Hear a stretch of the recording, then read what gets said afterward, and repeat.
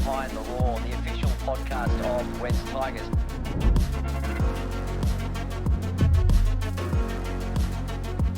Well, hello and welcome to episode 28 of Behind the Roar, the official podcast of West Tigers, where we give it to you straight, where we kick speculation into touch, and where we learn more about the people and the stories behind this great club. A quick look back to our double header from the weekend at the new Allianz Stadium. What a stadium it is too. I hadn't been there prior to the weekend. Unfortunately, the double header, we didn't walk away with a victory in either the NRLW or the NRL. Our girls were pretty heavily beaten, as it turned out, by a star-studded Roosters outfit. We've got a couple of players missing. We lost Sarah to the sin bin as well, and she'll miss next weekend's match on the Gold Coast against the Titans, Sarah Togatuki. Our boys, they were right in the match, even led by a couple of points at one stage, and then sadly just fell away a little bit at the second half. So it all rolls into this coming weekend. The NRLW will take on the Titans on the Gold Coast, and our final match of the season, round 27 for the NRL team. It's at Four Pines Park, Brookvale. Let's hope that we can finish what has been, let's be quite frank about it, has been a really disappointing season.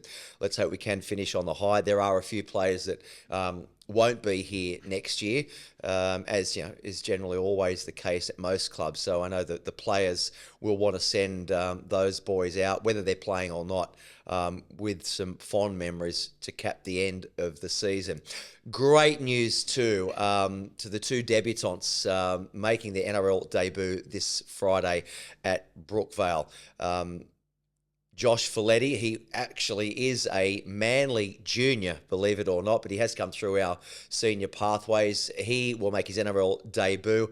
This year he's played ball, he's played Jersey Flegg Cup, he's played New South Wales Cup, and this will be his NRL debut. He also made, you'll remember, the New South Wales under-19s this year. So what a season it's been for Josh Folletti. And Kit Laulili, well, this young man, he was captain of the Harold Matthews team last year, the victorious Western Suburbs Harold Matts team that also had Talon De Silva in it. So Kit, a Campbelltown junior, he also will make his NRL debut. So I wish both of those boys the very best of luck. Now, something a little bit different on this week's edition of Behind the Roar. He's not a player. He's not a coach. He's not a former player. He's not a former coach. He is, however, a staunch West Tigers supporter and has been for many, many years. He's also the voice of Sydney racing, who has called some of Sydney's most famous and iconic moments this century. It is a very warm welcome to Darren Flindell. Thanks for joining us, Darren. Yeah, thanks for having me, Chris, and great opportunity to have a look at the Centre of Excellence out here at Concord. Very impressive setup. Things have changed a lot, over the years.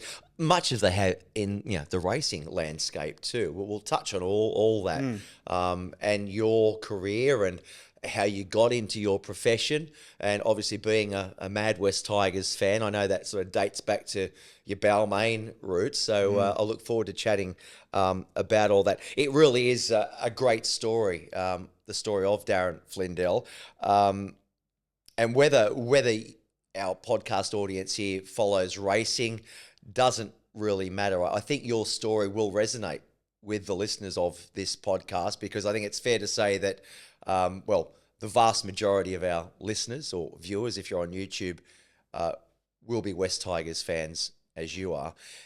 And I dare say every single one of our listeners or viewers will know of the phenomenon that is the wonder mare Winx. Then came Hartnell, but she's well clear. Winx inside the final 100 metres.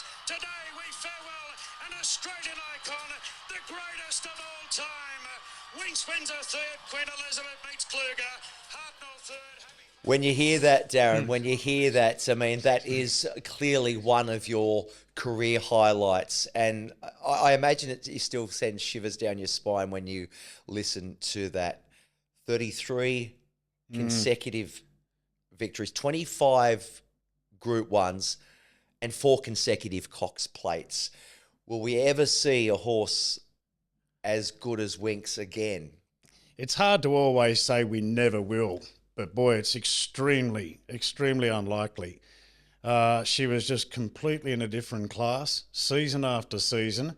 We had all comers. The new young bucks would be coming through, the young 3-year-olds, the 4-year-olds, horses from overseas, the best from interstate. They all came to have a pop at the Queen, and they all came off second best. I'd never seen anything like it, where you'd go to the races on her day and you just know she's going to win. And from a race calling point of view, there was always a lot of pressure, particularly as that sequence was really starting to stretch out. I'm running out of things to say. I bet. What more can I say? I But bet. you always try to keep it fresh and up to date. Yeah. But what made her so special? We're talking Group 1s over multiple distances as a sprinter and as a stayer. And what an amazing journey for you riding through that succession of wins, but also for the sport of racing in this country. It just really increased the profile at a period, I think. This was not long after I started the job in 2015. She won the Theo Marks at Rose Hill, and that was the start of the juggernaut of all this success.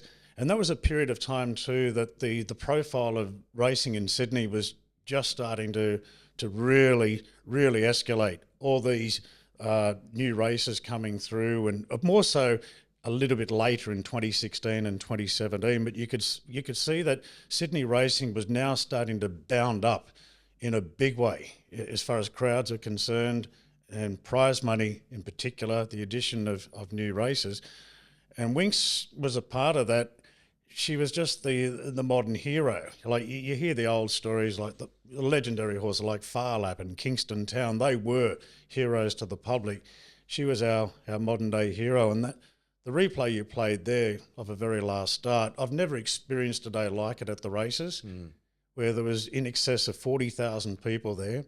A lot were dressed in blue and white gear. Yep. It was just like one massive grand final, all rolled into one, where everyone is cheering for the one team. And lots of young kids too in their kit, wearing the silks and waving their blue and white flag. Yeah. And when Hugh Bowman had won the race and he brought her down past the 100, the 200, the 300, and then did a U-turn and came back, the roar from the crowd was just, it was never ending. And I remember just standing there in the box watching it all after and just having the goosebumps that just seemed to last forever. It was such a surreal moment. It was. And the way she, even if you weren't a race follower, even if you didn't like a bet or a flutter, it just brought, everyone suddenly knew of Winx. Wonderful story for Winx and the connections and Huey Bowman and Chris Waller and yourself. So we'll dive more into that. And, well, funnily enough, most people would think that was or has been your greatest moment as a race caller, but it's not. We'll go into depth a little bit about and your journey too, because I mean, how many kids put their hand up in class and say, when Miss says, "What do you want to be when you're older?" and you say, "I want to be a sports broadcaster." Not many do that. My father was very similar, actually. Yes. He did the same thing. He knew what he wanted to do and chased a dream just as I remember the day that question did come up in class, and when I said race caller, there was a massive uproar of laughter. It's like, oh, don't be ridiculous. Yes. Very motivating moment, I found. Well, here you are. We'll go into that. How this works, Darren, you'll hear the whistle blow, okay? So we'll kick things off with our first set of 6. So I'll just throw six questions at you to get to know you a little bit more. We'll dive into your story a bit deeper in the midsection, and being a West Tigers fan and formerly a Balmain Tigers fan. So I'd like to learn a bit more about your journey. It's been a tough journey too for West Tigers fans. Let's be perfectly honest. Yes. Over the past decade or so, and then at the end of the podcast, see that clock up there, Darren, on the wall. See that. With about 5 minutes to go, you're looking for it, aren't you? Yes. Just pretend it's up there. Right. Yeah, I thought it might have been a fictitious clock. With about 5 to go, we'll throw your favourite 5. Okay. Okay. Favourite 5 moments. This could go anywhere, right? So there's not a whole lot of scripting to it. Okay. Well, that day when Winx won the 33rd, there was a huge roar from the crowd. You ready to roar? I'm right to go. Ready to go. Yes. Righto, Darren Flindell. All right, the gates are open. We are off and racing. Let's launch into the opening set of 6. So, a Tigers fan, tell us when and how did that journey begin? Okay, so the Balmain side of the action.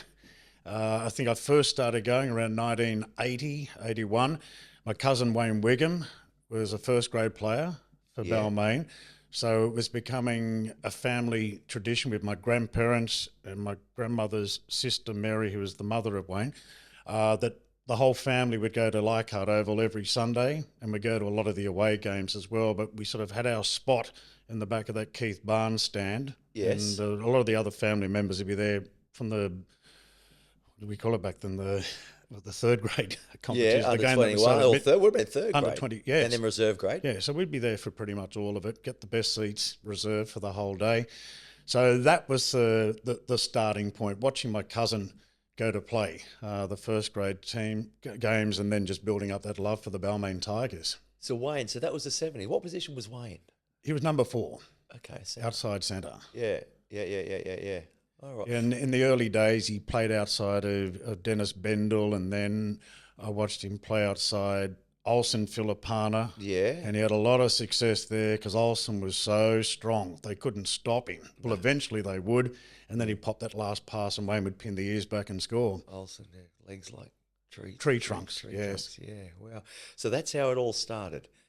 And you go to most games, I imagine. Yes. It be there with my grandparents would take me around, and I guess you didn't have to cover too much ground back then, but like the long trips would be out to Penrith or ultimately down to Wollongong. But we used to get to pretty much every game on a Sunday. Yeah. So tell family life, Darren, a little bit about your background, where you grew up. I grew up from age 10, 11 or so, I ended up living with my grandparents. My parents got to the fork in the road with their marriage when I was in single digits, and my dad got custody, and then ultimately I ended up moving in with my grandparents in Ryrie Road, Clempton Park, Earlwood. And I think that was a very significant moment as well, because that meant I was living under my grandparents' roof, which meant I was going to all those football games. And in the later years, when probably a lot of parents would have knocked this on the head, my behaviour of sneaking out of school, going to racetracks. At what age? 14, 15. Okay. Yes. But I think they realised there was a purpose there. They knew I was obsessed about either becoming a sports or racing broadcaster, and they gave me a lot of leeway being the only grandson. So I basically grew up in Clempton Park and went to school nearby at Kingsgrove North High School, and prior to that, the primary school was at Camperdown, Parramatta Road. It's funny how you almost get born into racing, don't you? Like I grew up a fair bit around racetracks as well. We were talking to Wayne Lampkin out in the corridors earlier on. I think he was saying as a 4 or 5 year old, he'd ring his grandma and say, "Hey, I want to take Pop to the races." But your grandparents then, did they like a little flutter at weekends? Or? Not in particular. It's funny, there was no real family involvement in horse racing. There was no real influence there. I think it was just the circle of friends that I had at school. Even when I was 12 and 13, some of my mates had an uncle that was in the trots or owned some horses. And it's funny the way it started. It was just a group of mates at school that we'd like to sneak off, go to the races, particularly on Wednesdays at Canterbury. Yes. Go for half a day, and then we'd all sort of individually get sick and have to go at midday and then get the bus down to the races from there. And then at a certain stage, I used to take my tape recorder and binoculars and go and practice calling at Canterbury as well. When did you think you wanted to be a race caller? Because you wanted to be a footy caller too. Yeah, well, probably the first bit of commentary was doing the football for a laugh or for a school assignment. At Leichhardt? At Leichhardt, yes. It was an English assignment. You had to pair up with someone in your class, and you had to do something original. It wasn't too restrictive on what you could do. So we decided, right, we'll go and call a football game. And then Who was playing? Balmain and Cronulla, and my mate Tufik that I did it with, he was a mad Sharks fan. Right. So it was very biased The commentary, Roy of course. HG almost. Yes. We sat right down on the fence, pretty much at the halfway line, annoying the hell out of everyone. I bet. The comments from the back, but you two just shut up. Would Laurie have been there? Laurie Nichols. Oh, yeah, we were on the hillside. I think Laurie was always... He'd be over on the he was always over on the stand side. But anyway, we got full marks. We got 100%. Originality was just unrivaled by anybody else in the class. But we enjoyed doing it that much. We got a little bit of a taste to do a bit more of it along the way. And then I realised, realistically, I don't think there's career opportunities as a football commentator for some skinny kid that couldn't really play very well and you've got no sort of skin in the game. It's normally for players, someone that have been around. So I was sort of switching my focus then on the racing and the greyhounds too in particular. I thought that's where you'll get your start, in the greyhounds. Yeah.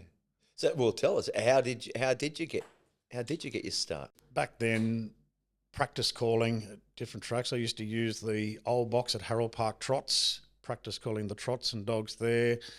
As I said, the sitting in the grandstand at Canterbury and then sending cassette tapes off to different commentators around town. And it's funny when you look back, I've still got some of the letters, the old letterheads of 2KY and 2UE and 2GB and how polite all the commentators were, basically saying, yes, just get back to me in a couple of years when your balls drop. Yes. Because the voice was a bit squeaky too, I think, back then. Yeah. I think it was just persistence of just sending tapes out and... Yeah. And do you know, a lot of our younger audience, they probably haven't seen a cassette tape. My kids would never have seen a cassette tape. In fact, I'm driving an old beat-up Toyota, which has still got a cassette tape player in there, believe it or not. My kids said, "What's that for?" I said, "Well, but it's fun." You knew you wanted to do that, and I imagine you probably faced a few knockbacks, as you just pointed out, along the way. Was it just a case of persistence or being in the right place at the right time? I think a little turning point was with race calling, you can't go to do a class or... well, there's no university degree that I know of, a Bachelor of Communications major in race calling. It's purely a self-taught thing. And you'll find a lot of the guys that are calling now professionally all wanted to do this from a very young age. I think a lot of callers now realise this probably when they're 13, 14. It's amazing how often you hear that scenario. A little turning point for me was when I was about 16. I did the Max Rowley radio school. Yes. Down in Redfern. And it obviously helped me to improve the voice, project the voice a lot. Because you needed some voice coaching, right? Yes. Yeah. But more importantly, Max had unbelievable contacts. Right. And that's where it really came to the fore. I ended up getting a gig doing the course announcing at Harold Park Trots and then Wentworth Park Dogs because he was providing that service. And when I say the on-course announce, just general announcements, cars with their lights on and introducing dogs one by one when they come out special onto the is track. $1.20 chips at the canteen. But that was the very first sort of professional gig in that role. And about the same time, I got my first race calling gig down at Mossvale Greyhounds that have 20 races every Saturday afternoon. And 20? Yeah, and I used to... jumping every 10 minutes. Yeah, basically. It was great. No good if you like to have a punt on every race. It was hard work. With the percentages, with the percentages the bookies would bet too as well. Yeah. Wow. So we'll chat a bit more about calling horses as opposed to calling dogs, right? I think it's an amazing craft. Anyone that can call, race horses, it's an amazing craft. We'll get more into that a little bit later on.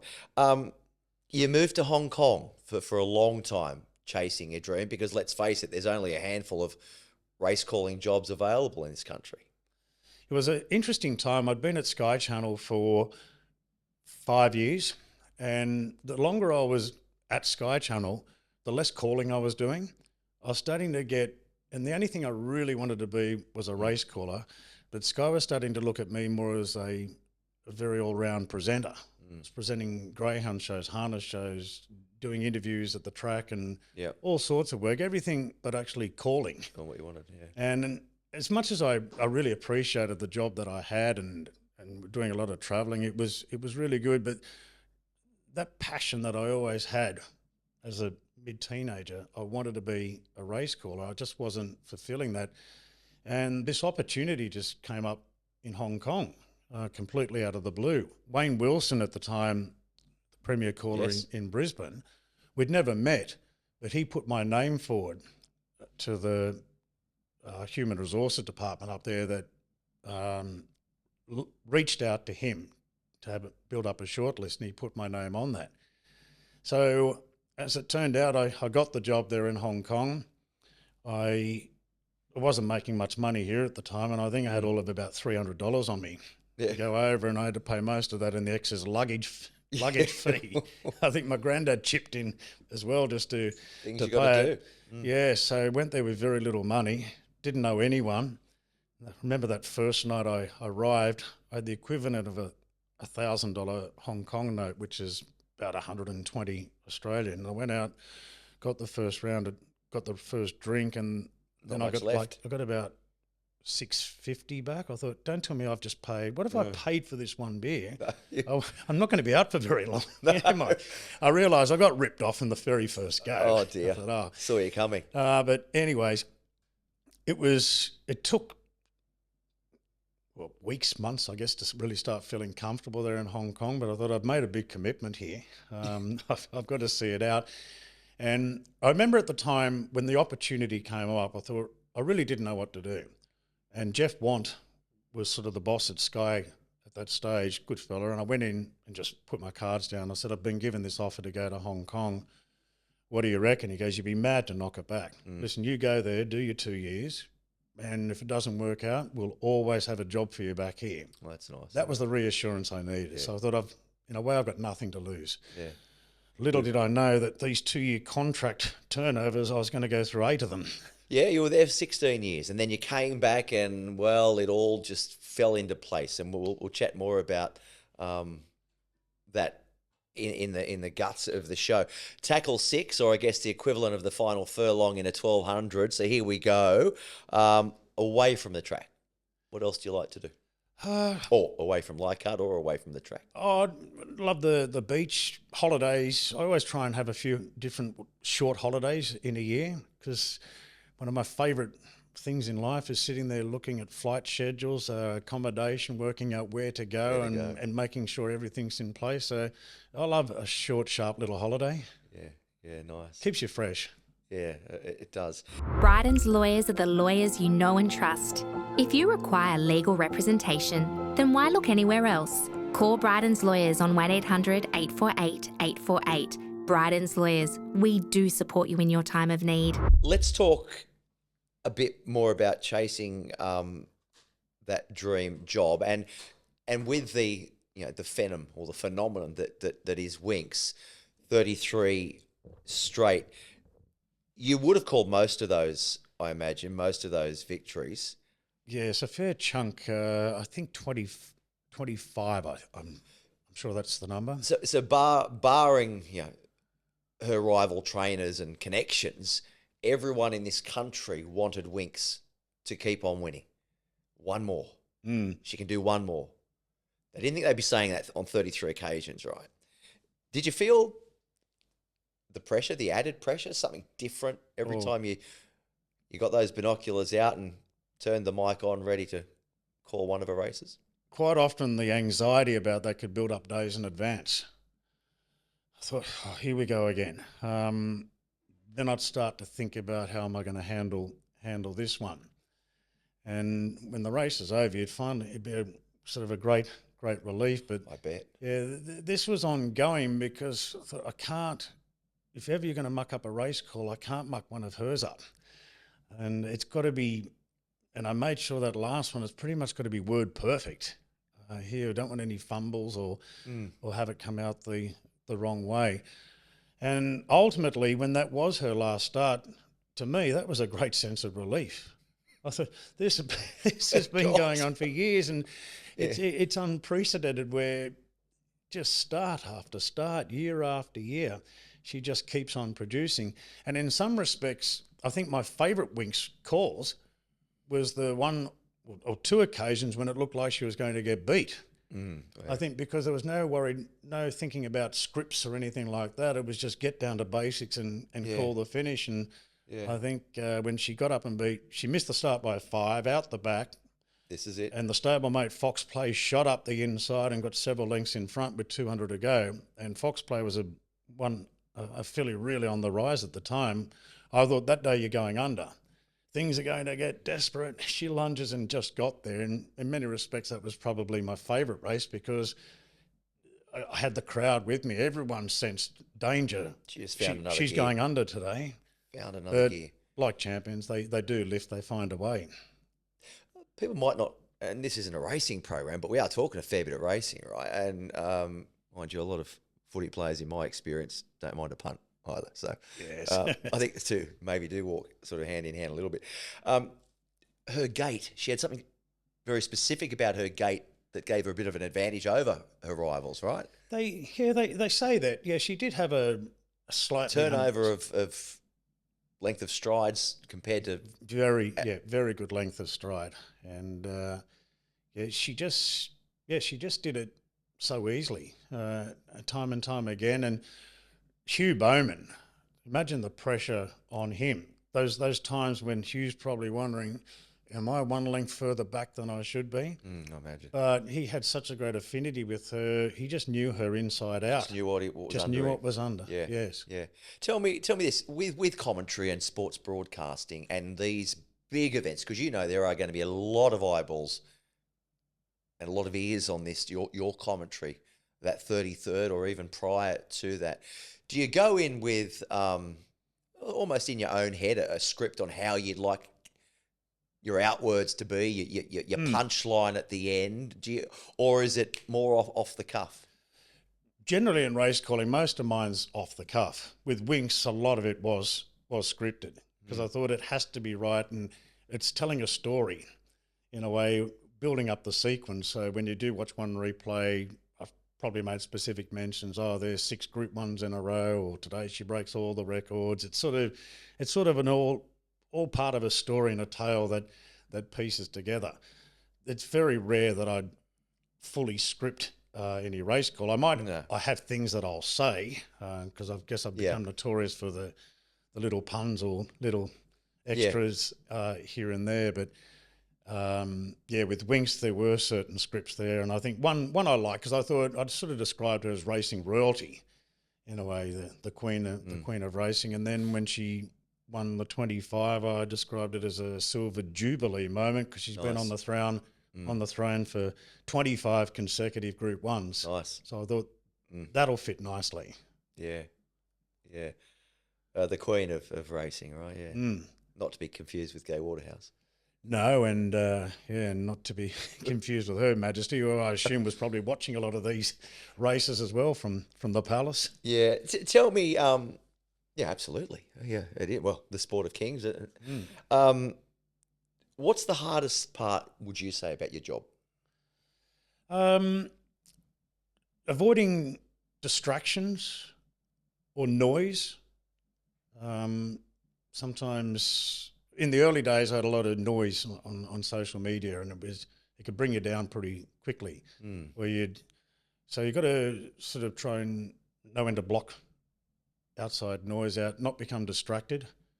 I'd like to be well researched for all the meetings I do, particularly the big ones. So it makes the shift so much easier if I sort of know all the names of the horses or a little bit about them. And when things go wrong, as invariably things do during a live coverage, it's not a big deal because I already know my product. It's if you turn up underprepared, things go wrong, the microphone's broken or the TV's just blown up, and those little things all of a sudden escalate. But if I go to the track knowing my product before the meeting starts, it makes the job a lot easier. Yeah. Well, I think in all walks of life, and as professional footballers here, preparation. What's the line? Failing to prepare is preparing to fail.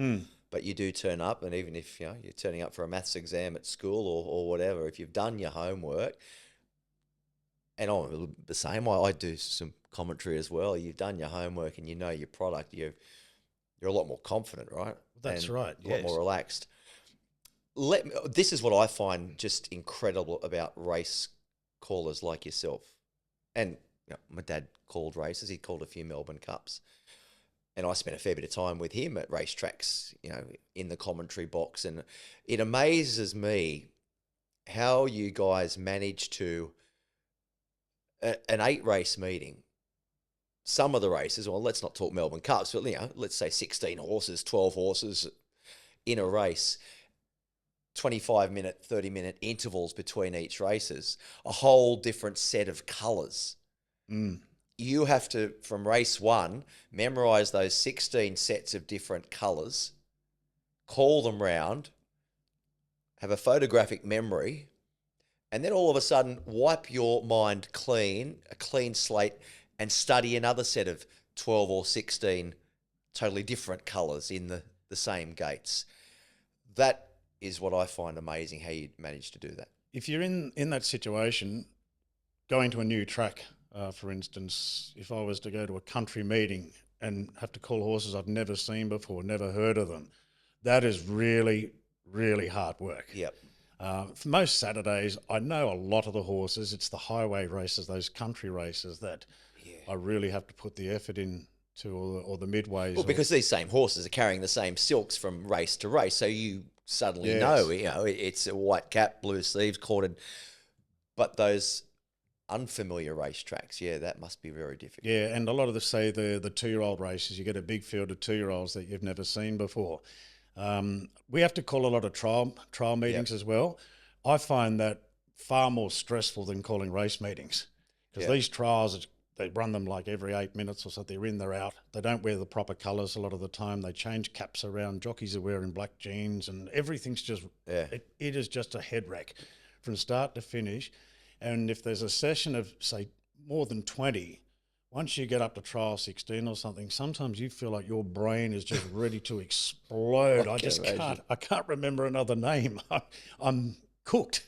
Yeah. And I think that's the same too for race callers. If you're dealing at an unknown track with fields of 16 or 18, by the end of the day, your brain is cooked and you'll drive home and you won't remember one moment of that trip home. Everything's replaying in your head and your mind is racing. Yeah, I envy what you do, and I totally understand what you're saying, but I just still find it's an amazing skill that you race callers have. Johnny Tapp, this is, when I was a sort of a young kid, he was calling paddle pop sticks down, I think, the gutter on a rainy day. That's how he did his. Rabs, or Dad, he rolled marbles down the lino floor at his parents' place in Junee. He, as a young child, his dad, like Joe, liked to flutter, but he wanted to call races when he grew up. What did you do? There was no calling objects as such. I used to do a lot of phantom calls at school with mates' names or teachers' names, and that led to when we had these school concerts at the year 10 or so, and we'd have to all get together as a team and contribute to this concert in some way. So we actually did skits where it was involving ripping off teachers, impersonating them, and write a humorous script there, and that went quite well. But also incorporated doing a racing segment. I was John Tapp. My mate was Ken Callender. Yes. Imitating the Channel 9 coverage. And we had the big chalkboard there with the names of all teachers. I hope there wasn't a Miss Sunshine Shelley. There was, it was, and we had to be careful because you had to do it in a respectful way, otherwise it would just get shut down. Yeah. So we had to walk that fine line of just being a little bit clever there, but not too offensive. Yes. And Witty, yes. repartee. That was a big hit. The race call of the teachers' names, and I think that was at age 15. Yeah, probably about 15. That was probably a fairly significant bit of teachings there. I mentioned earlier, and I'll play it. I thought maybe the Winx 33rd was probably the best race you've called, but that's not quite correct, is it? the Chautauqua race is the one that I think everyone would agree on. That's the most probably magical race I've ever called, the stunning finish on him that day. And as time goes on, you wouldn't believe every time something happens in sport or a race somewhere where something comes from an impossible position, I still get these contacts. Oh, I can put Darren's Chautauqua call over, or can you recall this? And still win. Can he do it was the call, and this was unbelievable. Chautauqua still last, fell swoop goes up the inside of Russian Revolution, stride for stride, fell swoop, Russian Revolution, English comes off heels, and the mare is starting to let down. English goes after fell swoop, Russian Revolution's running his race, further back to Voodoo Lad, it's English and fell swoop fighting it out, Chautauqua very late, it's English a half length in front, can he do it? Chautauqua, he's flying, yes, there's history. Chautauqua makes it 3 in a row. That is unbelievable. Tell me that's not one of the greatest moments here at Randwick. Wow. I mean, and Chautauqua, the grey flash, I mean, didn't like to jump, hated to jump out of the gates, and that, I guess, prematurely ended his racing career, but it was no chance. I thought. No, I think 400 out. It's funny, every time you watch that replay, I know the result, but I still... And look blocked. Yes. Yeah, you just... you've never seen anything like it. And all the tales, I think on Channel 7 that day, they had vision of Gay cheering home English, going, yes, and then... Gay said a naughty word. I bet. Yeah, it was just breathtaking, that performance. I'd never seen anything come from such an impossible position, because English was no mug. No. She was one of the top chances in the TJ that year, and give her such a substantial start and a beating. But he was a bit of a cult hero, Chautauqua, but after that, in the interim period, he went to Hong Kong. He won a big Group 1 up there, and I actually went up there that day to cheer him home. But later in life, things got sour. He started to get cranky, and he decided he didn't want to race anymore. So they retired him. He pretty much made the call himself, right? Not Yeah, jumping, won't jump. Yeah, that's right. It was Melbourne where the behaviour started going pear-shaped. Well, that can happen. When he stood in the gates down there, and they gave him a lot of chances to come back, but he was the one that called time on his retirement. Any race, I ask this of players when they come in here, and past players, do they have any sort of game day superstitions or traditions or things that they do? You know, they might, I don't know, get up at the same time or have the same breakfast or put one sock on. But anything on match day or race day that you like to do? Or always? Sometimes the choice of tie, I might give some consideration to, because I like to have a little bet too on these on the Saturdays. And then I think, here's an issue though, because I know someone else that called races and like to have a bet. Do you ever feel or hear that come through your commentary if, let's say, the one you're on is at the back of the field? I think a few things. Well, you're professional. If you're calling the winner, you probably put a bit more oomph into it. I think it keeps me focused on who's who in the field. Yeah. And sometimes you know you're looking for a favourite and you can't really find it. But you know you've got to mention it. Oh, there it is, buried right out the back. I think it keeps your mind very alert as to knowing where your dangers are. Yeah. Look, I think someone that likes to have, not me, but likes to have a flutter and an interest, you're probably more educated in the field because you're doing your homework on your own little wager, right? I like John Tapp asked me sometimes, do you like having a punt? I said, yeah, I love it. He goes, oh, okay, I don't know how you do that, because both between Ian Craig and John Tapp, they never punted. No. But I firmly believe that it helps me focus on a race. It means I've got an interest in it, and now I know where to expect these horses to be. I love it. Johnny Tapp, he's actually my godfather, believe it or not. Oh, right. I haven't seen him for many. Well, I can tell you, I see him fairly, regularly, a couple of times a year. Yeah. And the last year they had the Tap Craig race on at Randwick for the first time. It was a horrible day weather-wise. I thought, anyhow, I want to do something, get the guys involved, both Ian and Tap. So I've got them up to the broadcast box and asked, I want you to do just a little phantom call of the last 100 metres each of your race. Anyhow, Ian went first. I thought, just getting all the goosebumps immediately, just classic Ian. And then John Tapp took over and did his version. Those are your heroes, right? That yes. You looked up. You wanted to take their job one day. Exactly. Yeah. And still admire the pair of them so much. But to have them up there and just, I think because we did it for the radio, but it went out on social media everywhere. And I think it brought a lot of joy to many people. Just that flashback of hearing those voices in full swing again. Yeah. Oh, well, hello, John, if you are, Tap, if you are listening. Life as a West Tigers fan. You're a patient lot. It's been a long time between drinks, all those cliches we can roll out. What do you think it is that keeps you so attached to the club, even given the drought success? It's a very good question, isn't it? I think it's simply it's like it's in your blood.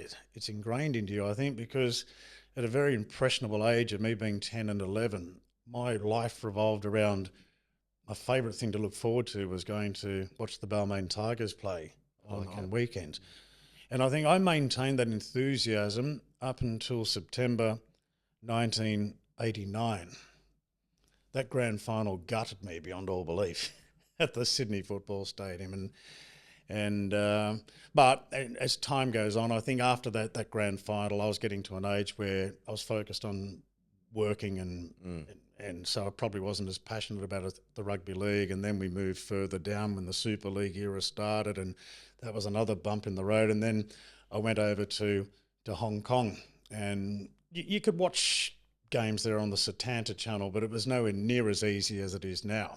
It could be quite difficult. But since I've moved back to Sydney in 2015, I like to go to the Leichhardt Oval games if I can. And I think it's an opportunity to catch up with fellow family members attached to the Tigers and old mates. It's more of a social day, just get on the hill and have some beers. That's what you do. Yes, yeah. It's a good social day and just an atmosphere that you're so used to. And as every new season is upon us, you're all full of hope for the new beginnings. As we were this year, and look, it hasn't gone according to script. Like, if we all had a crystal ball, you know. Well, I went there for round one because it's very difficult for me to go to Leichhardt. I can go to all the Sundays, then the rest is a bit difficult. Yeah. So the first two were Sundays up against the Knights. I took a few mates with me. Back-to-back bloody losses. And then the old believer, Flindell, I went again the next Sunday to get dusted up by the Titans. I thought, geez, I am punishing myself here. But then the third time round, and sadly we only had 3 games there, it was a special moment. Yes, it certainly was. The 20th of May, Saturday. Races Seen are on. anything like it? Brooksy's 200th too. Yes. I was at Rosehill Races. A fellow, we call him Magic Pete because he's a magician. He picked me up outside the front gate at Rosehill and we got out of there like we'd done a bank job. It was Saturday night, wasn't it? Yeah. Yes. Yeah. It was starting at 5:30. Yeah.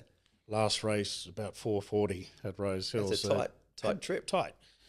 Anyways, Magic Pete sort of dropped me off at the top of Mary Street while he went to park the car. So I've dashed down, walked in just before half time. And I think, as I mentioned before, I love standing on. You got there for half time, right? No, before the game started. Yes. Yeah. I walked in, I think at 5:29. Yeah. Perfect timing. Change of tactics for Flindell. Not on the hill for the first time in 8 years. I'm going to go posh this time. You had a seat. I stood, no, not that posh. No. I stood on the stand side, down at the level where the railing is. Met a couple of fellow Tiger friends there, and it wasn't too busy. It was a good spot to watch it. That magic night against the Cowboys, when it was just one after another with the tries. And I thought, this is just so surreal. I haven't experienced this in the 8 years I've been in Sydney, and I can't remember the last time I've seen it. It was like a dream sequence, or one of those rare occasions you might be out fishing on a boat, and for some reason you've just got them and you pull They're them just in, jumping on. and it almost gets boring that you keep bringing these fish in. I thought, I really wanted to get a hot dog that night, but the Tigers wouldn't stop scoring tries, and I thought, well, I'm not going until there's a break in play. You went home hungry. Yes. Dear, oh dear. What a night. Yeah, no, what a night. But, mate, if that's boring, I'll have boring. I'll have boring every weekend. Special occasion, and we don't need to mention what happened. I thought that was the turning point. A little bit earlier when we beat Penrith on the heavy 10 at Bathurst. The heavy 10 at Bathurst, yes. Crazy night. Look, and we can laugh about it, but you feel, I work for the club, right? But you are a rusted-on fan. You have been for years. Yes. So you feel the pain from week to week. You ride the highs and lows, more lows than highs this year, but that's the game, isn't it? That's the sport. It's what you sign up for, and yes, sadly, it's just been Well, I'm glad we had that moment, May 20, at Leichhardt, and the other significant one last year, I still refer to it as 24/7, the Townsville game. I went up there for the weekend, and that burglary, the cowboy robbery, Cowboy robbery. Yes, I was there. We had a great day. I was with a colleague, Michael Charge, who you're up there. He's the Townsville tipster, and we were in the right spot. And I was carrying on. I was in the Cowboys area, carrying on, enjoying myself. Not wearing you. Were you wearing your colours, showing your stripes in the Cowboys area? Yes. Good on you. You got out alive. Making a bit of noise. Anyhow, I was gutted that night. What the hell went on there with the... Well, I think the NRL in hindsight, they put their hand up, didn't they? And said, look, we made a blue. And then I think there were the threats of litigation and getting our 2 points back. It was the biggest news cycle in sport, I think, for 36 hours until something else happened to take it out of the spotlight. Absolutely. Darren, racing like footy is always evolving. It's looking for new eyeballs. It's looking for new fans and new audiences. It's commercial. It's driven by money. Football, these two, is very much the same, driven by broadcast rights and eyeballs. A man you know very well is Peter V'landys. So he's the chairman of the Australian Rugby League Commission. He's also the boss of New South Wales Racing New South Wales. A very busy man, a very astute man. Tell us a bit about what PVL has brought to racing. I sort of first encountered Peter V'landys in his days at the Trots at Harold Park. At Sky Channel, I was working there frequently, so he looked after the media quite well, and he was really driving the success of harness racing in Sydney at that stage. And then when I was over in Hong Kong, he'd have his critics for the work he was doing with Racing New South Wales. But you could just see from afar, a lot of positive changes are coming. And at that critical point when I did the changeover from working in Hong Kong to getting the job with Sky Channel in Sydney, it needed the tick off of Peter V'landys, and he gave it to me. He was quite happy to have me do that stable change over. And I've seen, as Peter's got more aggressive as the years have gone on, and the Everest was one of his key ones. He decided we need a brand new race, something to put the spotlight on Sydney in the spring and attract the new audience, the younger generation. Well, with the Everest, that's certainly mission accomplished. And then you see with rugby league, I think in the early days, everyone looked at him as a hero, and now as time goes on, he'll have his detractors, but he's a damn hard worker. He wants to get things done the way he does. He's a man of action, as simple as that. If he wants something done, he'll get it done. I don't think he's got any spare time. I mean, having such two important roles, and of course, let's not forget what he did through COVID. He was the pioneer. He was the one that I think, well, the world followed in a lot of other codes around the world. If the NRL can do this, and Peter V'landys has his fingerprints all over that. As for the Everest, that was very left field. It had a lot of critics. $600,000 a slot. It's now up to $16 million the prize purse, I think. Did you see that being as successful as it is now? I really didn't know. There was so much negativity out there, which is commonplace, I guess, in life these days. Everyone looks for the bad side. But I really don't know. And when we get to race day, that'll be the test.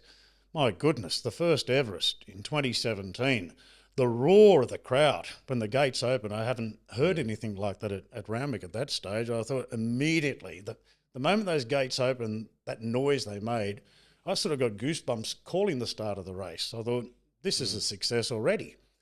And what it has done, as each year's gone on, I guess doesn't matter what the prize money is to most racing people, but it's got people engaged in a certain race. And people are talking about the Everest now almost in a 12-month cycle. But early in the year, people are starting to say, oh, this could be a potential Everest horse. And now we're getting into a position, it's going to be on mid-October. And there's only 4 horses have actually been taken up. There's still 8 slots available. So now the real serious bidding gets underway in the next few weeks. And that's the real talking point. As opposed to other races, and like the Melbourne Cup now has become notorious for having half the field of foreign horses that we don't know. And we really start studying the form with a couple of days to go. The Everest has us talking about this for months and months. And it's certainly achieved what they were looking for, to get the younger demographic involved as well on race day, because it's drawing massive crowds. Yeah, and his name, Peter V'landys, will be all over that. In the history books, he's the one that had the foresight and the kahunas, I guess, to run with something that, like it is, a raging success. I heard you saying there, everyone's sort of looking for the negatives sometimes in stories. Can I just ask you, as a West Tigers fan, because I find, and you will know, that do you feel this club is an easy target when we're not winning, right? Yeah. Do you feel that there's a lion's share of criticism around the club? As a fan, how does it make you feel when everyone, well, not everyone, but a lot of the media outlets are prepared to throw stones all the time? It gets frustrating, but sometimes I half laugh at it because I'm expecting it. Here we go. On Monday, it's all going to start again, but I guess you can't take it all too seriously. But it makes you wonder how the players actually deal with it all. How do they stop themselves from reading what goes on social media or what's going on in the press? It's very hard to say don't look at it in today's society. But Tigers have been an easy target for a long time. But I don't get it in a way. We've been last most of the season. I thought, what's there to report on, really? Find something. Well, some good things to report on this week, isn't it? And these 2 young boys making their NRL debut. So again, all the best of luck to Kit Lellerly and Josh Folletti. And so I think what's that now? That'll be 7 West Tigers making their NRL debut this season. That's quite a lot. There's some good young kids coming through the pathways, mate. So, well, Jareem Buller, what an impression he's created right from the outset. One of those 7 debutants has been Jareem. He's something else, isn't he? So there's a lot coming through. So there are some things to look forward to around the club, and you've seen here at this place, but also a fair bit of what's going on with the pathways. There's reason to be optimistic about next year, and Benji taking over in a full-time role as head coach next year. As a fan, how do you feel about that? I was a huge fan of Benji as a player, so I'm more than happy to see him take over as head coach. I know it's sort of the untraditional path where you're really meant to be in a number 2 role for a lot longer than he is. But anyhow, it's a different era now. In Benji, we must trust. His heart and soul is going to be into it here at the Tigers, so you can't ask for much more than that. And I think from a future point of view, when we've got the good young talent coming through, they must be kept. Yeah. Don't let them get away. Bit like those fish on that fishing trip analogy you said earlier on. Bryans Lawyers are the lawyers you know and trust. If you require legal representation, then why look anywhere else? Call Bryans Lawyers on 1800 848 848. Bryans Lawyers, we do support you in your time of need. Hey, time to rock into the favourite five, Darren Flindell, because that clock up there, see that one up there? It's just about full time. We're in the home straight. Okay, Righto. maybe 2 furlongs 5 out. to go. Favourite moment as a West Tigers fan?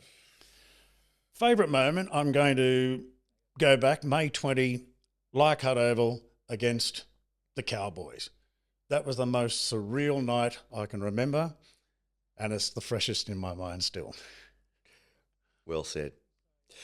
Okay, a former player other than Benji, because he's busy coaching right now, who you would like to have in our current West Tigers team? I'd probably say Wayne Pearce. Such a I just loved his style. He was a real sort of Tigers legend, and he's a great motivator. I think he got all his players around him well motivated. So, I might pluck Junior out of retirement. Junior Pearce. God, how things have changed. You'll have those little short shorts on and the loose Balmain jersey, head taped. Yes. Played above his weight, really, too. I mean, I know he's a fitness freak, Junior. It still is in great shape. I've seen him at a couple of events in recent years, and you look at him and you think, my goodness, he could easily pull a jumper on and go out and play again. He's kept himself in good shape. In good shape, Junior.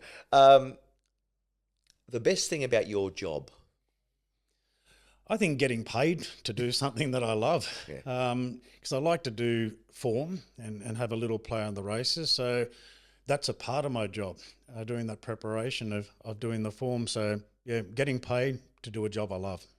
It's a good piece of advice. I don't know who said it or gave it to me, or it might have been my dad. I don't know. Find a job you love and you'll never work a day in your life. Yeah, it's the perfect line. Yeah. Darren, righto. Okay, you ready? What are the big races in America? So we've got the Kentucky Derby. What else we got over there? Kentucky Derby. I think Belmont Stakes. We might Preakness throw Stakes. those in. So we've got a bit of a road trip. You're heading off to the States, okay? You're going to Vegas. 3-day bender. Well, not bender, 3-day trip. You can take in some races as well. 3 former West Tigers players have asked that you accompany them on this 3-day trip to Vegas, okay? Should you accept the mission? It's all expenses paid. Who do you want those 3 players to be? All right, well, I better invite my cousin, Wayne Wigham. Yes, Put okay, him on the Wayne's list. on. One of my best mates, I know he only played 1 season with West Tigers, but he played for the Magpies for a fair bit. Steve Georgalis. Georgie. He doesn't mind a punt. I played a couple of games with Georgie. Yeah, you Magpie boys. Early 90s, yes. Yes. So I better put him on the With list. the Cows now. Yes. One of the assistant coaches at the Cows. And the third. So Stevie Georgalis, cousin Wayne. Yes. Wigham. Mm-hmm. Then who else am I going to throw in there? Might put Kerry Hemsley on the crew there in case we get ourselves in a bit of Into a bother. little bit of bother. And get that Harley Davidson coming down and give it a rev up. What are the big casinos in Vegas? I've been to Vegas. What are some of the Palladium? Is that one of them? I'm just thinking where Kerry might come in. MGM Grand. MGM Grand, yeah, I think that's close. Kerry will look after you if things get a bit rough. That'll be sort of on the right end of town if you wanted to walk down to the stadium where they'll play the NRL game. Well, there we go. We could dovetail that trip with Kerry and Georgie and Wayne and yourself. Yes. All right, mate. Great to have you in, Darren. It's a different edition of Behind the Roar from a fan's perspective, but your journey is really interesting, and thanks for taking time out to join us here on our podcast. Thanks, Chris. I'm a Tigers tragic, so we're happy to talk a bit of Tigers and racing. Absolutely. Great to have him. There he is, Darren Flindell, the voice of racing, certainly in Sydney, and what a career it is, what a career it continues to be. Looking ahead then, our NRLW team, as I said earlier, it is they are playing up there against the Titans on the Gold Coast on Sunday, midday kickoff. In fact, would you believe it's a 12:03 kickoff. I've never seen a 12:03 kickoff. Generally, they go up in 5-minute increments, but it's 12:03 against the Titans. And before that, Friday night, 4 Pines Park at Brookie. 6 o'clock kickoff against Manly Sea Eagles. So let's hope that we can finish the season, which has been a tricky season. Let's hope we can finish it on a high. Well, thanks very much for tuning into this edition.